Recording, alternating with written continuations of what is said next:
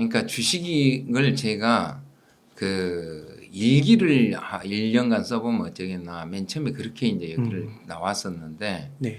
사실은 주식은 매매를 하는 게 아니고 일기를 쓰는 것입니다.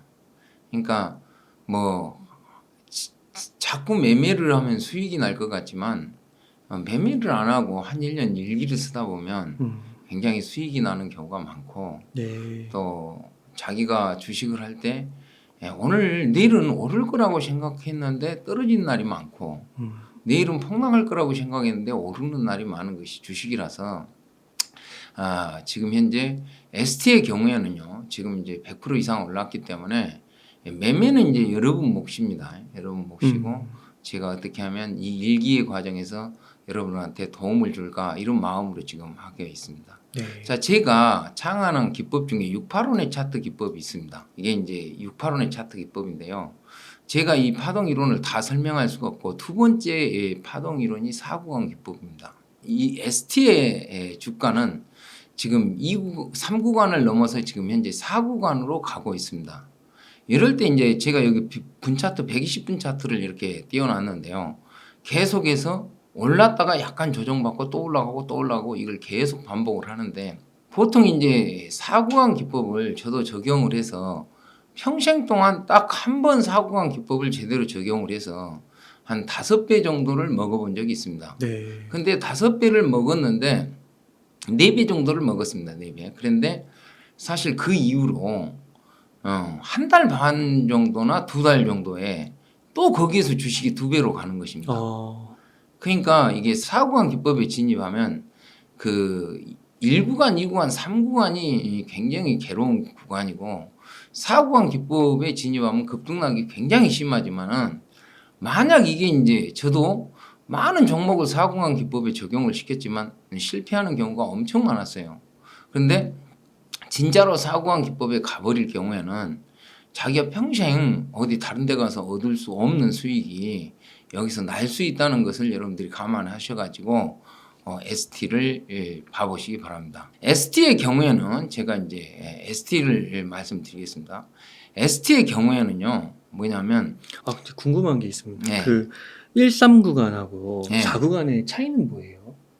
그게 이제 제가 네. 원래 685의 차트 기법을 깨닫고 네. 이게 단타를 정말 잘했습니다. 이게 네. 한 15%에서 30% 벌기는 아주 탁탁 맞는 차트였었습니다. 네.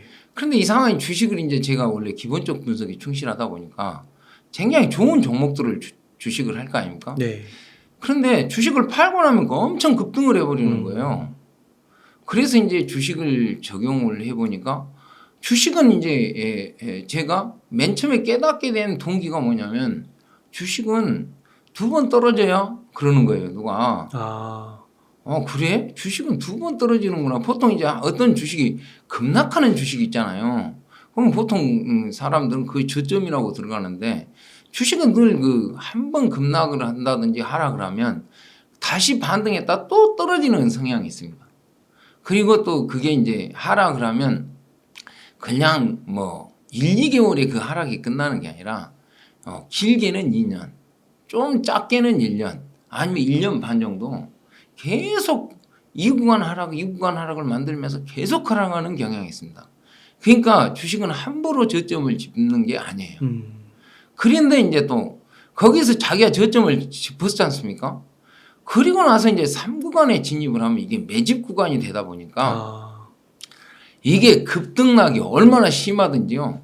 그러니까 이게 3구간의 고점은 한 저점에서 한 30% 아니면 다시 또 본전 저점으로 오고 막 이런 과정을 엄청 겪습니다. 3구간이. 그래서 네. 제가 이제 이렇게 적용을 해보면 3구간이 아주 짧게 적용되는 것이 3개월에서 6개월 사이 이렇게 되고 그 기간이 지나고 나서 진짜 이게 급등하는 주식은 그냥 그 짧은 시간에 엄청난 게 급등해 버립니다. 그게 이제 최근에 나타난 에코프로죠, 사실은. 네. 그런 부분이 있습니다. 그래서 그렇고요. 그래서 그 다음에 이제 제가 말씀드리고자 하는 것은 뭐냐면 이제 뭐 아무리 사고가 아니라 뭐가 있더라도 사실은 그 기본적 분석이 굉장히 충실해야 됩니다. 네. 오늘은 무엇부터 한번 생각을 해보고 싶냐면 이 ST의 임원진이 누군가를 한번 봐보고 싶어요. 대주주가 장동복이고요. 여기에 보면 이제 부회장 있잖아요. 부회장. 네. 부회장이 최승하라는 이 삼성전자 미래전략실이라고 하죠. 옛날에. 예, 삼성전자 미래전략실의 여기 임원이었습니다. 임원. 그러니까 사실 우리가 봤을 때는 조그만한 회사에 삼성전자의 그 미래전략실의 임원이 와서 이렇게 지금 부회장을 하고 있습니다. 그리고 강임수라는 분이 있는데 이분은 이제 삼성전자 파운드리 쪽 있잖아요. 파운드리 쪽에 뭐 개발 그룹장부터 전략 마케팅 임원, 뭐 파운드리 쪽 개발실장 이런 것을 역임했던 분이고, 그 다음에 이제 그 연구소장 중에 김태훈이라는 사람이 있는데 이 분은 이제 여기 보면은 레이저 플라즈마 다이싱 장비 있잖아요.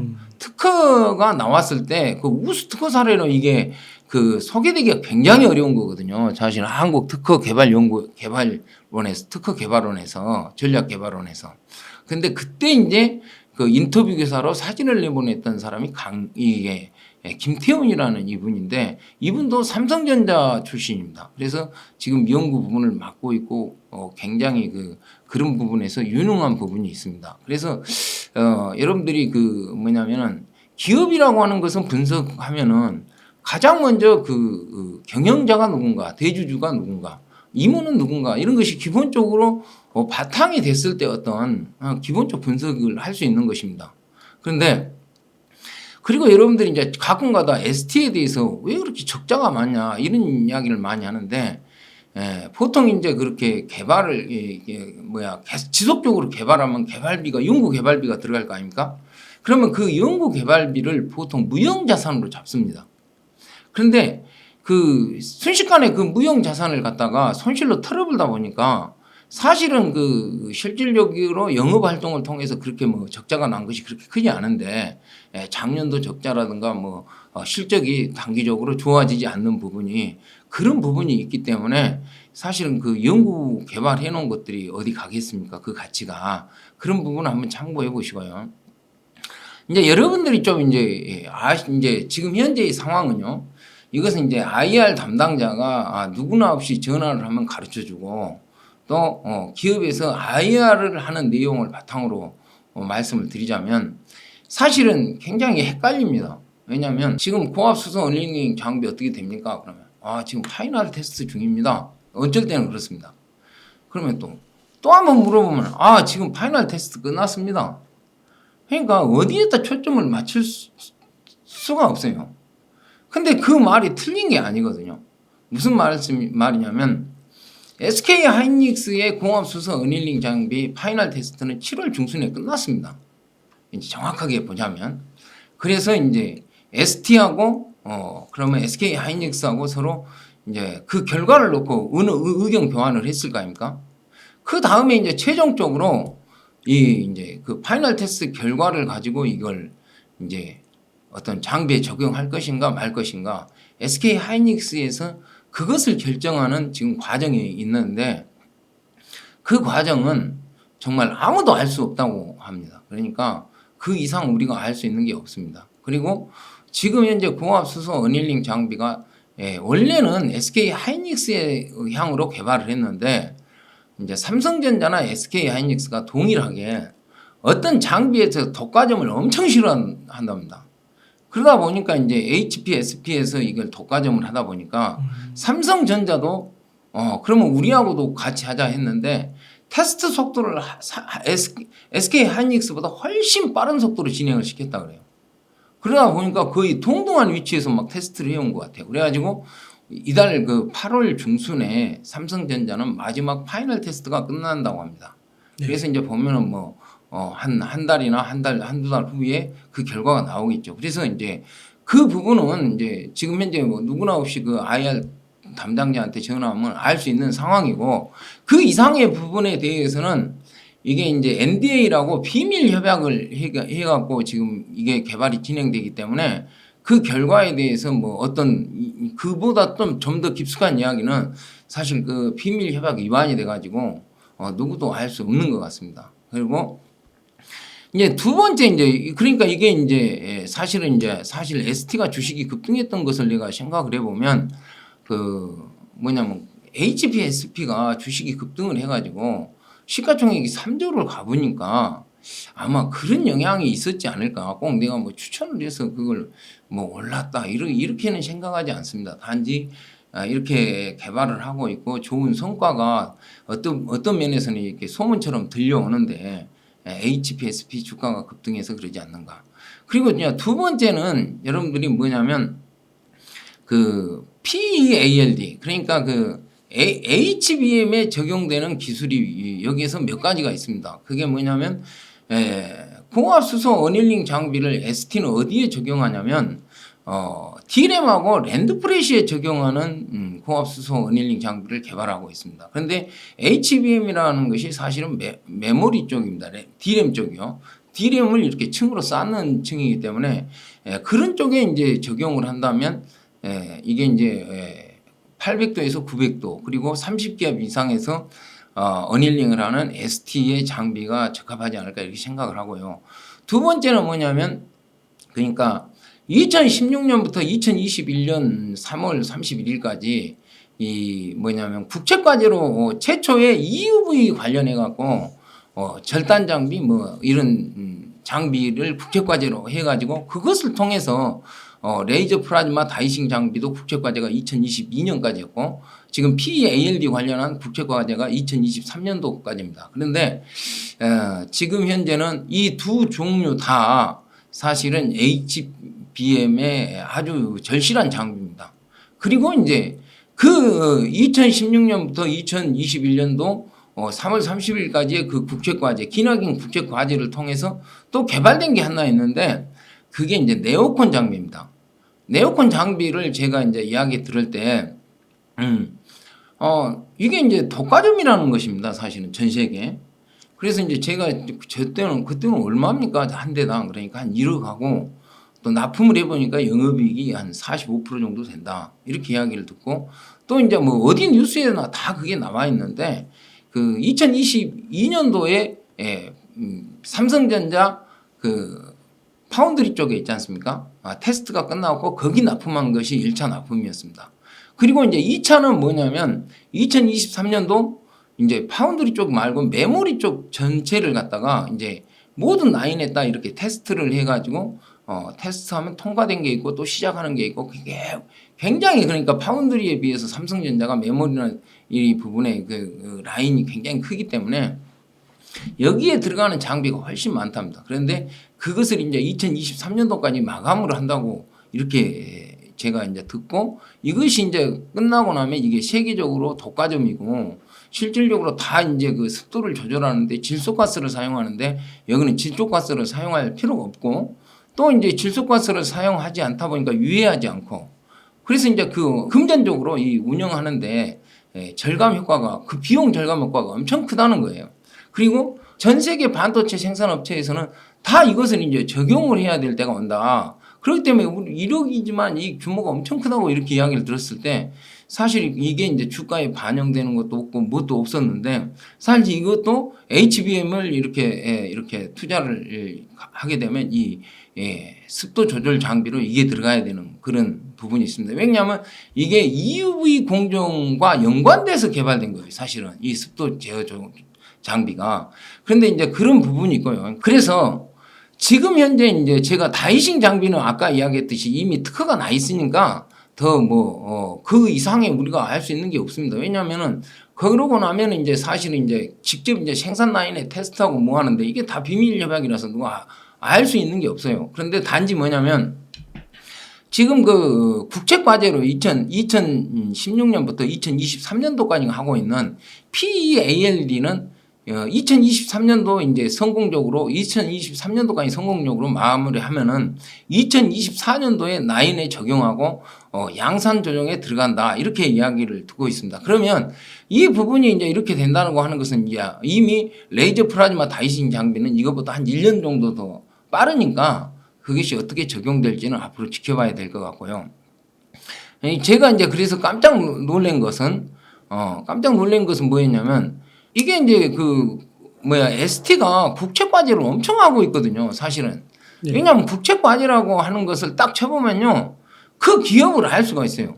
뭐 주성 엔지니어링이 뭘 하냐 뭐 하냐. 왜냐하면 국책 과제라고 하는 것은 세계적으로 경쟁력을 가져야 되는 장비라든가 소재라든가 또한 세계적 우리나라에서 개발되지 않는 장비라든가 이런 거기 때문에 여기에 선정이 된다는 것은 그래도 우리나라의 최고의 기술을 갖고 있기 때문에 선정이 되는 것입니다. 그래서 이게 굉장히 중요하거든요. 그래서 지금 현재 2023년도만 국책과제를 하고 있는 것이 고압수소 어닐링 장비를 하고 있고 그다음에 패치 타입의 ALD 그러니까 PE의 ALD 장비를 지금 2023년도까지 하고 있고 그다음에 고진공 이 플라즈마 챔버 이것이 아마 제가 추정한 건데 이제 삼성 디스플레이하고 한국핵융합 에너지가 같이 하는 것을 보면은 이게 이제 그 8.6세대의 어떤 플라즈마 증착과 연관이 되어 있는 어떤 그런 부분인 것 같아요. 그리고 이상하게 내가 깜짝 놀란 것이 네오콘 장비가 다시 이게 국책과제가 선정이 될 줄은 저는 몰랐거든요. 이미 개발이 완료됐으니까요. 네.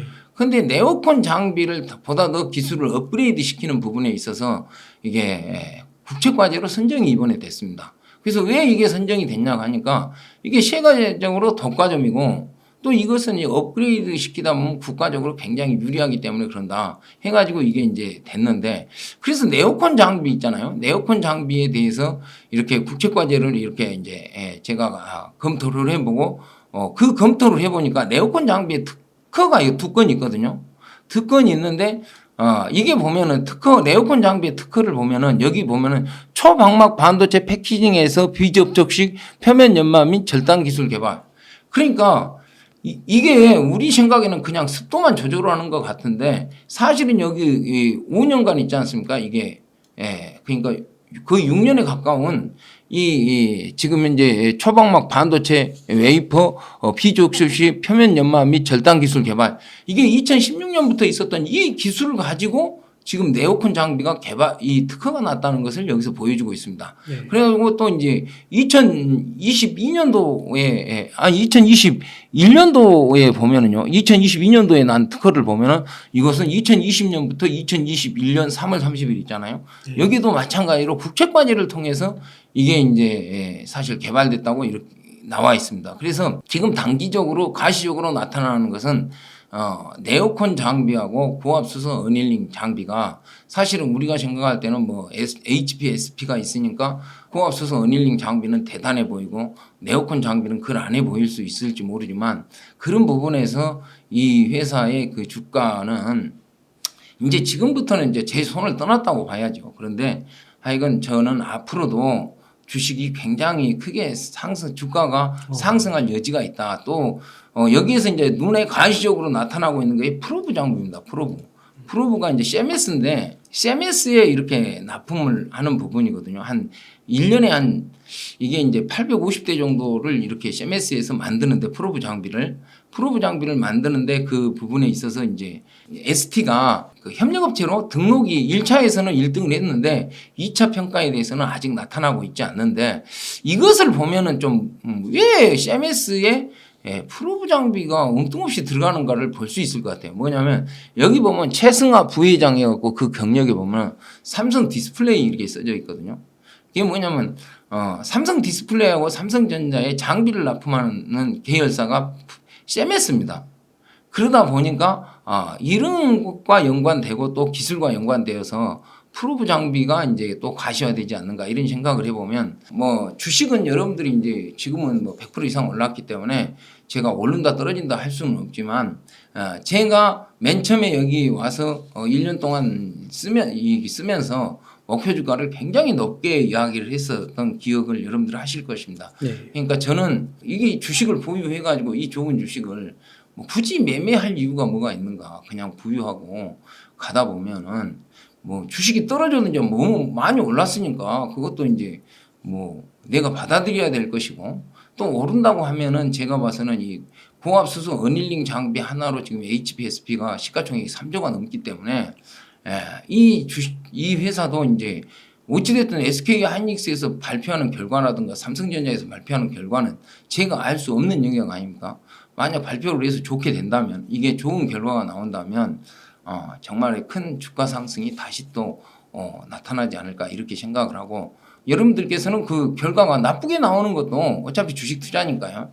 여러분들이 감당을 하면서 가야 되지 않을까 이렇게 생각을 합니다. ST는 시가총액이 이제 어느 정도 되는 거예요? 뭐 3,300억, 아. 3,500억 합니다.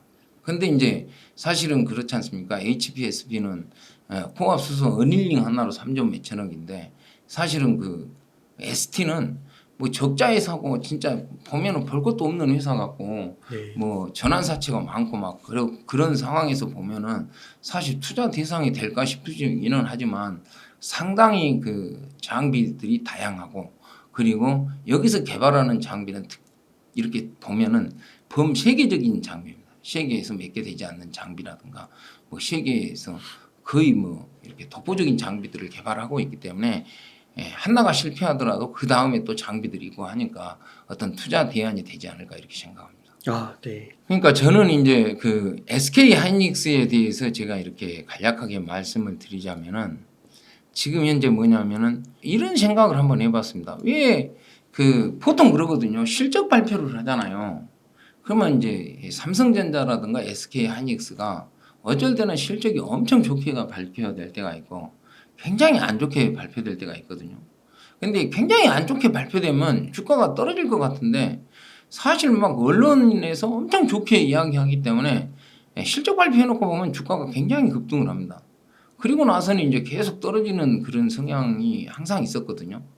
그래서 이제 보면은 어찌됐든 간에 삼성전자가 TSMC하고 둘이서 하는 그 파운드리 쪽을 EUV 공정에서 가장 많은 장비들을 가지고 있지 않습니까?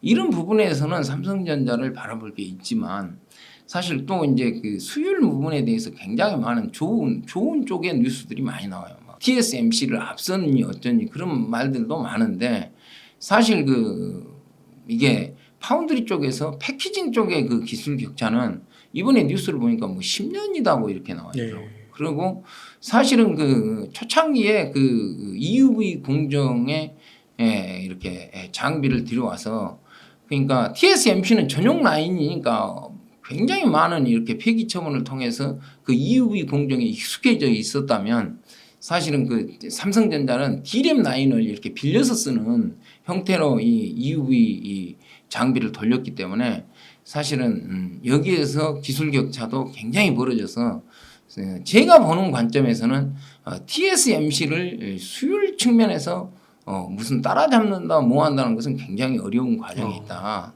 이렇게 봅니다. 그리고 사실 TSMC의 주력 이렇게 거래처가 테슬라고 엔비디아고 막 그러지 않습니까? 그렇다고 하는 것은 TSMC는 초창기부터 차량용 반도체라든가 AI 반도체 같은 경우 굉장히 이렇게 발빠르게 대응을 했는데 사실은 이제 삼성전자는 차량용 반도체 같은 거 이런 것을 빨리 대응하지 않았다는 것입니다. 그리고 이제 대만의 UMC라고 8인치 회사가 있는데 중요한 부분들을 이제 좀 구형 반도체는 다 여기다 위탁 생산을 맡겼어요. 그러니까는 이제 사실은 어찌 보면 경쟁 회사인데 그만큼 이제 좀 뒤져져 있다는 거죠. 그리고 이제 디스플레이 쪽에서는 예전에 이제 그러니까 뭡니까 8세대 그 FMM으로 있지 않습니까? 시설 투자를 한 3년 전인가 4년 전에 굉장히 대규모로 했었습니다. 근데 FMM이 쳐져버려 가지고 그 시설 투자를 실패를 했어요. 그래서 장비를 다 뜯어냈습니다. 그래가지고 이제 와서 이제 8.6세대를 이렇게 한다고 하는데 그런 부분하고 또 QD OLED를 진입을 했었는데 그때 당시 이제 셰메스한테 그 잉크젯 장비를 발주했는데 이게 수율 개선이 안 돼가지고 다시 미국의 카티바라는 쪽에다가 잉크젯 장비를 발주하는 이러다 보니까 이제 수율 개선하는데 시간이 너무 많이 간 거죠. 이런 저런 부분을 봤을 때 과연 삼성전자가 여기에서 반도체 쪽에서 주가가 급등할 여력이 있냐 하면은 저는 이제 중립적으로 봅니다. 여기서는 급등하기도 힘들고 또 지금 전 세계적인 이런 상황을 봤을 때 실질적으로 지금 그런다고 하거든요. D램 쪽은 점점 이제 손익분기점이 맞춰져 간답니다. 근데 실질적으로 적자 부분은 굉장히 이제 적자가 많이 나는 것은 낸드 프레시 쪽이죠. 그래서 삼성전자가 랜드 프레시를 있지 않습니까? 감산을 한다고 이렇게 발표를 했어요. 실적 발표할 때. 그러니까 이제 거꾸로 하이닉스 주가가 급등을 했습니다. 네. 왜 그러냐면 지금 현재 그 하이닉스가 DRAM이 강점이고 지금 랜드가 부족하다 보니까 인텔의 이제 다른 공장을 인수했는데 사실은 그 실패했다고 봐야 되거든요. 우리나라 돈으로 한 11조 정도를 들여서 실패를 이렇게 인수를 했는데 실패했다고 봐야 됩니다. 그리고 올 2분기에요. 실적 발표를 보면은 거의 그 매출액이 절반 토막 났다고 봐야 됩니다. 그리고 지금 현재 그 하이닉스가 갖고 있는 또 계열사 중에 키옥시아인가요? 키옥시아인가가 있고 또 그 다음에 이제 뭐냐면 웨스턴 디지털이라고 이게 이제 이런 부분들이 랜드를 하는 부분이 있습니다. 그래서 실질적으로 삼성전자가 감산을 하게 되면은 거꾸로 가장 큰 수혜는 누가 받냐면 SK 하이닉스에서 받게 돼 있습니다. 네. 적자를 줄일 수 있으니까요. 그래서 그것 때문에 급등을 했고 그러면 왜 또 그런다고 급등을 하겠는가 이렇게 생각을 했을 때 저는 이제 이렇게 반도체를 만드는 회사 중에 CEO를 선택하려고 한다면 SK 하이닉스, SK 그룹의 최태원 회장을 그래도 CEO 중에 굉장히 뛰어난 경영자라고 생각합니다. 그러다 보니까 이런 결정 능력이 엄청 빠르고 또 이런 것을 봤을 때 앞으로 이제 그 만약 우리가 있잖아요. 조정을 거치고 반도체 종목을 선택을 한다면 최선의 종목은 SK 하이닉스다 이렇게 생각을 해봅니다. 그게 이제 왜 그러냐면 10년 전쯤에 또 더 됐을 거야 아마 SK 직원이 그 이렇게 직원 세미나를 갔다 와요. 그러면 이제 그때 막 2차 전지 이야기를 하는 거야. 뭐 세상에 뭐 최태원 회장한테 들었더니 뭐 2차 전지가 어쩐다더라 배터리가 어쩐다더라 그때부터 계속 이야기를 제가 들었었어요. 근데 지금 시대를 지나놓고 보면 참 시대를 보는 예견하는 능력이 대단하잖아요. 네. 뭘 실패하고 성공을 떠나서. 그리고 이제 SK 하이닉스 반도체에 직접 이제 출근하는 분과 한번 제가 이 SK 하이닉스에 대해서 이야기를 해봤습니다. 그랬더니 이제 뭐냐면 지금 SK 하이닉스 HBM 반도체가 급증을 하다 보니까 구형 아주 팹이 어디가 있냐면 이천에가 M10이라는 팹이 있습니다. 이 팹이 지금 현재 너무 구형이라서 전체 라인은 그렇게 못하고 일부 라인을 HBM 생산 라인으로 지금 교체를 하고 있다. 이게 바꾸고 있다고 합니다. 그리고 이제 두 번째는 뭐냐면 삼성전자 같은 경우는 EUV 장비를 들이면 이렇게 한 세트를 이렇게 들여오는데 여기는 이제 EUV 장비를 ASML에서 달랑 들어와 갖고 나머지 프로그램이라든가 나머지 장비들은 될 수 있는 한 이 국내에서 개발하는 방향 쪽으로 가는 데가 SK 하이닉스라고 합니다. 그러니까 EUV 장비를 설치를 하더라도 그만큼 경비를 절감하면서 하고 있다. 이렇게 보여지고요. 지금 M16이라고 2022년 말에 준공된 이 팹9이 있는데 그러니까 삼성전자하고 비교했을 때 가장 삼성전자 라인에 가깝게 설계되고 지금 현재 시설된 게 M16이라고 합니다. 근데 이제 반도체가 이렇게 공급과잉이 와버리고 이게 이제 EUV 라인이거든요. M16이 EUV DRAM 라인입니다. 그래서 공급과잉이 와버리다 보니까 장비 발주를 늦춰가지고 지금 한 3분의 2 정도가 가동되고 있고 지금도 이제 막 밖에가 ASML 직원들도 많이 있고 또 그 ASML의 노광 장비도 많이 들어와 갖고 이렇게 설치가 대기되어 있고 이런 상황이라고 합니다. 그래서 지금 현재 랜드 부분에 좀 이제 적자 부분이 어떻게 될지 이제 앞으로 그것은 좀 지켜봐야 될 상황이고 DRAM 부분의 업황이 점점 좋아지니까 앞으로 그렇게 반도체 쪽을 비관할 필요는 없는데 그렇다고 해서 지금 뭐 단숨에 이렇게 뭐냐면 업황이 다 흑자로 전환되기는 상당한 시간이 걸릴 것이다. 이렇게 해서 지금 현재 여기에 보면은 SK 하이닉스의 2000 이렇게 공장입니다. 이게 M10이거든요. 네. 그리고 M16 DRAM 라인, 그리고 이제 M14 DRAM과 랜드 라인, 그리고 패키지 이런 게 2000회가 있고 그다음에 청주 공장에는 지금 현재 M15가 있고요. M15X를 옆에다 지으려고 그랬는데 지금 이게 이제 공급과잉 때문에 보류가 돼 있고요. 그리고 여기에 이제 우게 보면은 굉장히 큰 땅이 M17이 지금 현재 준비되어 있습니다. 그런 시기이기 때문에 여러분들이 이제 제가 뭐 이건 뭐 주식을 사라 말아라 그런 의도로 이걸 하는 게 아니고 단지 여러분들한테 이 SK 하이닉스가 최선의 종목이다 이렇게 말씀드리고 싶습니다. 그리고 한 가지 덧붙여서 이야기를 해보자면 저희는 반도체를 분석하니까 장비 업체에다 전화를 엄청 많이 해보거든요. 그러면 SK 하이닉스의 장비를 납품하는 기업들은 대부분 매출이 아주 거의 바닥입니다. 바닥. 그만큼 이제 SK 하이닉스 같은 경우는 허리띠를 졸라 매버린 거죠.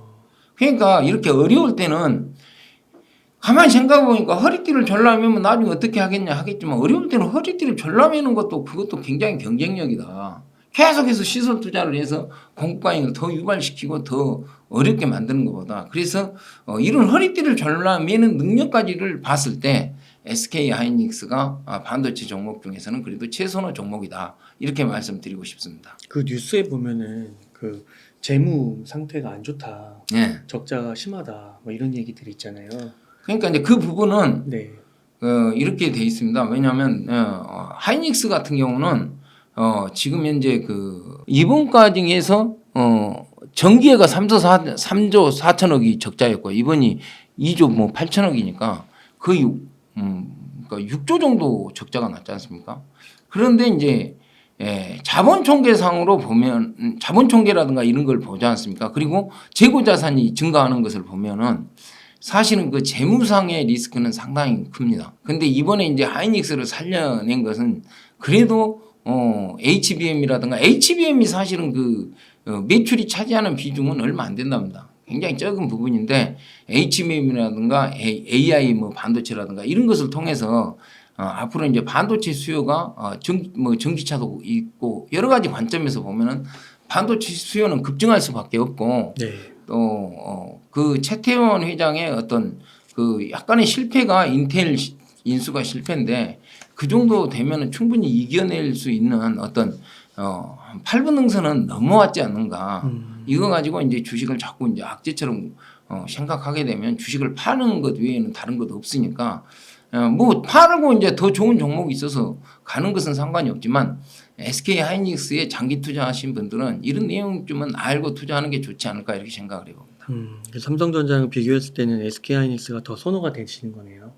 그러니까 삼성전자는 이제 뭐 계열사를 보면 뭐 모든 부분이 다 있지 않습니까? 이번에 이제 오늘 같은 경우는 이제 사실 이제 폴더블 폰이 새롭게 또 출시가 되고 그 전망을 굉장히 좋게 하다 보니까 이제 삼성전자는 오르고 SK 하이닉스는 떨어지는 이런 상황을 오는 것을 오늘 같은 날 봤는데 삼성전자를 보기에는 너무 분야가 다양합니다. 네. 너무 분야가 다양한데 사실 반도체는 진입장벽이라는 게 있지 않습니까? 그런데 나머지 부분은 이제 뭐 중국하고 경쟁해서 진입장벽이 없어져 버렸어요.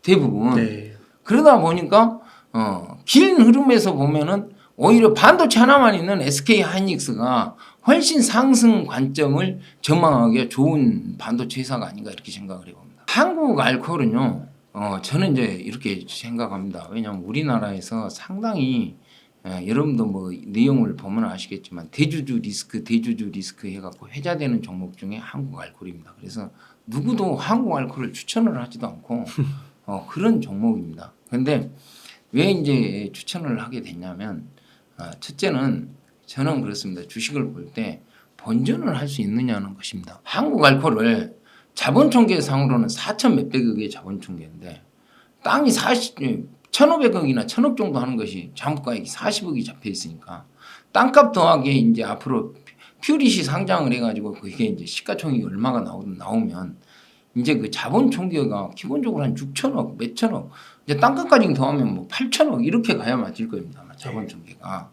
그런데 지금 현재 주가가 시가총액이 2,700억 정도인데 여기에서 이제 조금 올랐습니다. 제가 맨 처음에 이제 바닥에서 추천을 한 20, 30% 오른 거 같아요. 네, 20, 30% 올랐는데 그러면 20, 30% 오른 이 가격이 과연 본전을 할 수 있느냐 이렇게 생각을 했을 때 설령 나는 좀 내가 만약 지금 여기다 주식 투자를 한다면 나는 설령 지금 물리더라도 본전을 할 수 있다는 좀 자신감이 있지 않는가 그런 의미에서 제가 한국 알코올을 이렇게 추천해 드리고 있고 또 그 다음에 이제 이 추천은 길게 가지는 않을 것 같아요. 제가 그냥 퓨릿 상장까지 가든지 아니면 퓨릿이 이제 상장 신청을 해서 이게 승인이 나려면 매주 목요일 날 결정이 되는데 대부분 그 밑에 그 신청했던 회사들은 다 승인이 났습니다. 묘하게 또 위에도 승인이 나고 있는데 퓨릿이 지금 상장 승인이 안 나고 있습니다. 그래서 상장 승인이 날 때까지만 내가 이 주식을 이야기할지 그것은 그때 가서 이제 결정을 하겠습니다. 왜냐하면 무슨 상장 승인이 난다면 갑자기 주식이 급등했다 쭉 꺼져버리는 경우가 있지 않습니까?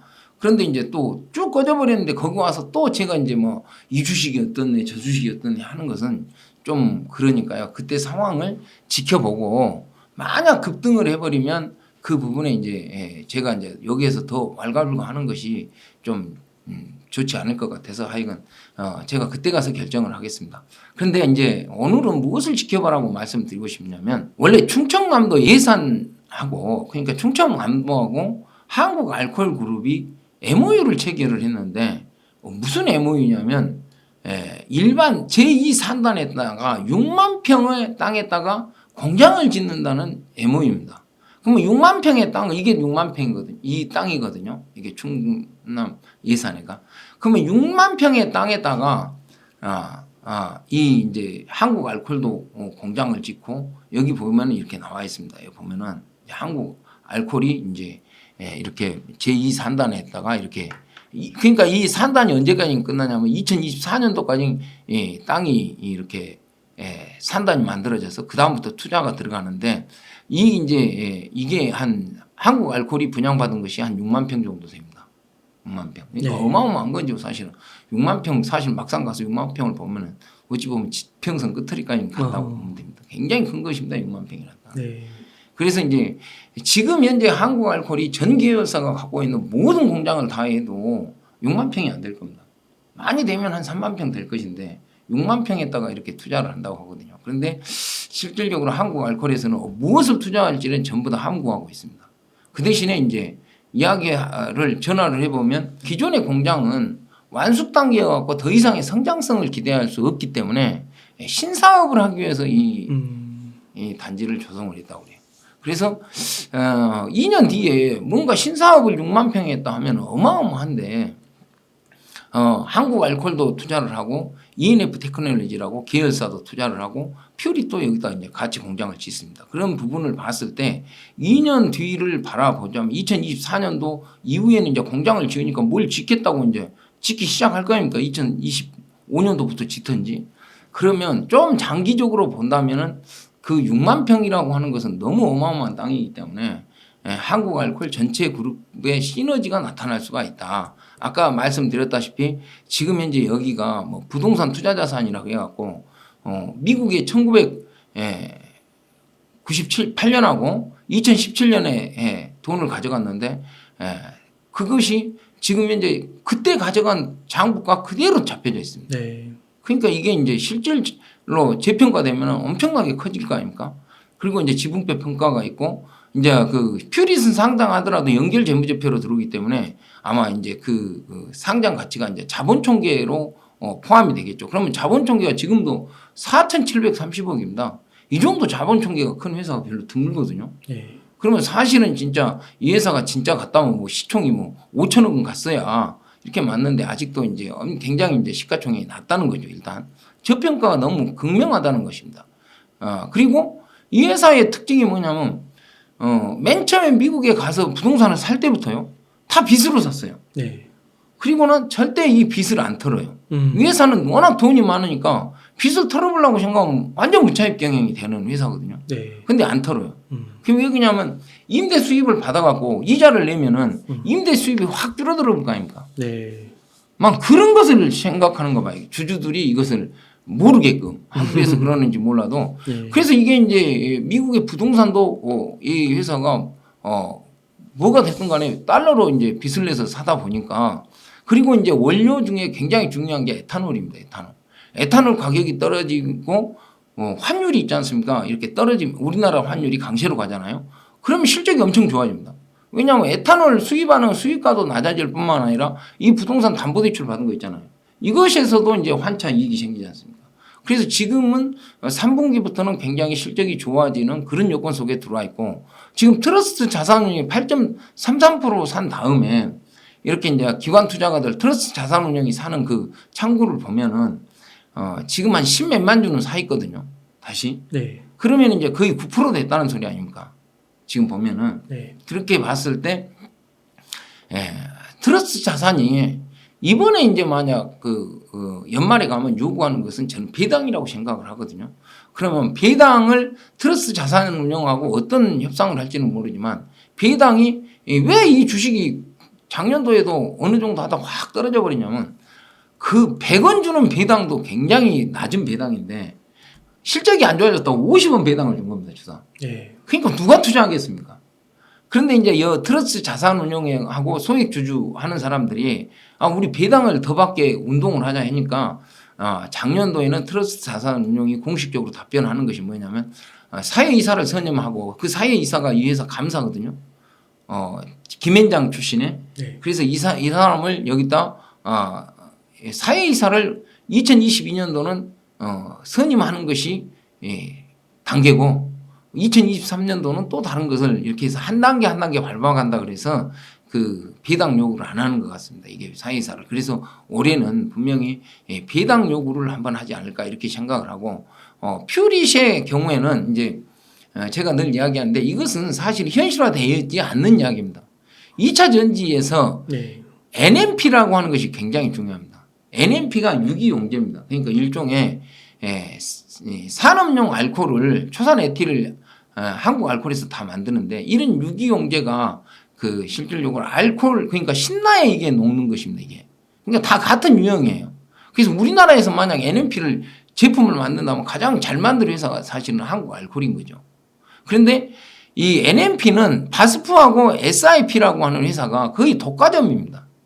이게 굉장히 고부가가치이고 비싸요. 네. 그러다 보니까 이게 이제 1기가와트 아워가 얼마나 되는지는 모르겠는데 배터리 1기가와트당 폐 NMP가 1000톤이 넘어납니다. 네. 그래서 이제 여기서 저기서 사실은 그 전해질 업체부터 시작해갖고 많은 회사들이 폐 NMP를 정제하는 쪽으로 폐 배터리 정제 리사이클 있잖아. 그쪽으로 이제 막 엄청 진출을 하는 걸 보니까 그런데 이제 아직 신디프는 이게 전문임에도 불구하고 지금 여기에서 보면은 PEMEA라고 실질적으로 그 포토레지스트 원료가 되고 또 포토레지스트를 도포할 때 같이 도포하는 게 있습니다. 네. 이것을 이제 정제하고 지금 EEP라고 그 포토레지스트를 갖다 세정하는 것을 신제품을 만들고 또 정제도 하고 이런 것을 주로 지금 신디프에서 하고 있는데 이 두 가지를 하는 회사는 이 NMP 이것도 이것의 일종이기 때문에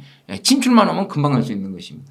그래서 NMP를 지금 현재 우리나라에서 이렇게 뭐 양극재 회사가 커지면은 NMP를 누군가는 제조해야 되는데 한번 그런 것을 신사업으로 한번 기대해 보면 어쩔까 이런 생각을 해보고 한 가지만 더 말씀드리자면 원래 그 지금 현재 그 에코프로가 이렇게 주가가 상승하다 보니까 무엇이 이제 굉장히 그 이 앞에 그 이슈가 됐었냐면 2차 전지 정부채를 누가 하는가 이런 게 엄청 이슈가 됐었잖아요. 네. 근데 사실은 한국 알코올이 하고 알코올 그룹하고 LG 상사가 합작을 해서 2012년에 그 한국 알코올 울산 공장에다 2차 전지 정부채 공장을 지었었습니다. 그런데 이제 그때는 너무나 적자가 많이 나니까 이 합작 회사가 청산이 돼버린 거예요. 네. 그러면 자기 공장 자기 땅에다 자기가 공장을 지었단 말입니다. 그러면 2차 전지로 진출하려고만 마음먹으면 다 기술이 있는 기업이 한국 알코올이에요. 그러겠네요. 그래서 이 6만 평이라고 하는 부지를 확보해 갖고 뭔가를 준비할 때 지금 당장을 보지 말고 이것은 대주주 리스크가 그냥 입에 달고 사는 종목이니까 그 트러스트 자산운용 있잖아요.